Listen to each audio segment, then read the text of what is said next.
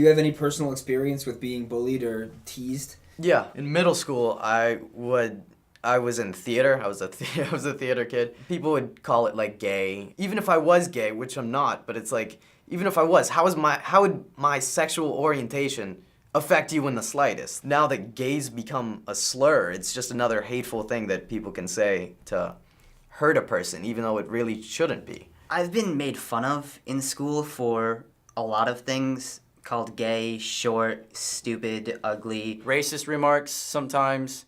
I used to be like kind of overweight back then, and people used to like call me like fat and stuff. As a kid, like I was just like trying to fit in so hard because I didn't really have any friends. They saw that I was trying hard and they just kind of like dismissed me. And then because they did that, I started getting really mean to everyone. It was around 7th and 8th grade. None of the boys would date me because they said I had a body of an 8-year-old little boy. And I laugh about it now because I also cry about it too, but I couldn't help it, you know? It's just mean how they would even say that. And when I got to high school, stuff about boys didn't really matter, you know? But stuff online got a little bit worse. You're gonna have it like your whole life, no matter what shape or form it is in. I don't get picked on anymore, but then I see people who pick on other people. And at one point in my life, I also went through a small amount of depression, and I managed to get through it. In school, they want you to talk to your teachers, the principal, your parents. But it's tough finding someone who can actually understand because they're not going through it, you are. As much as a lot of kids hate to go to their parents, your parents know what they're talking about. I just kind of ignored it. Like, I know life's gonna get better. 4 years is just a tiny % of your life. Like I usually just make a joke out of it. I don't need to fit in, you know? Like I don't care about you guys. I'm gonna go off on my own, do my own thing that makes me happy. High school is awful, and I'm always going to remember it as awful, but it's something I'm gonna get past. And I'm fine with that. And why do some teens end up considering suicide as the answer when this bullying happens to them? They feel like they have no hope left, you know, no friends, nothing else to live for, I guess. As opposed to letting yourself cry and letting yourself feel those emotions, it's just done.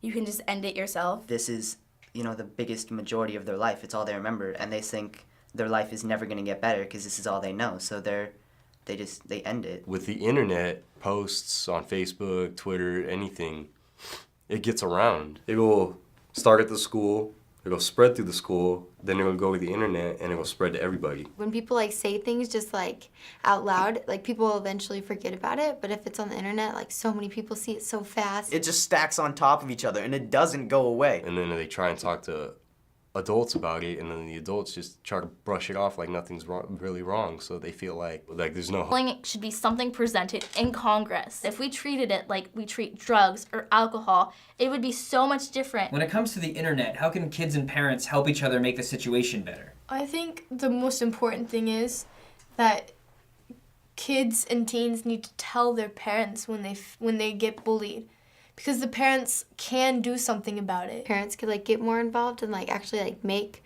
Facebooks and like friend their kids or something so that they know what like is going on with their kids. I think it's better just, you know, start when they're younger and train them to always be open with you and just always talk to you so you always know what's going on. No matter how much like a parent's gonna tell their kid like, oh, be careful of this, be careful of that, they're just gonna go and do it anyway because they wanna see, you know, they're just curious. It's like an iceberg, what parents know. They see this part of the internet, and this involves MySpace and Facebook and YouTube and Google+. But then once you actually breach like this little wall of the internet, it's this huge thing that involves sites like 4chan, which are these insane places that are really, they can be hilariously funny. Parents think they know like what it is about the internet. They think they know about the internet. They have no idea. And what kinds of things has your school specifically done to educate the students about bullying? We actually have a lot of stuff in my school. We have like an anti-bully club. They actually have like a little club, and they try to like stop people from bullying. Like there'll be people out there, and if they see some type of bullying, they'll go up to them and be like, hey, was that necessary? Do you think it's working?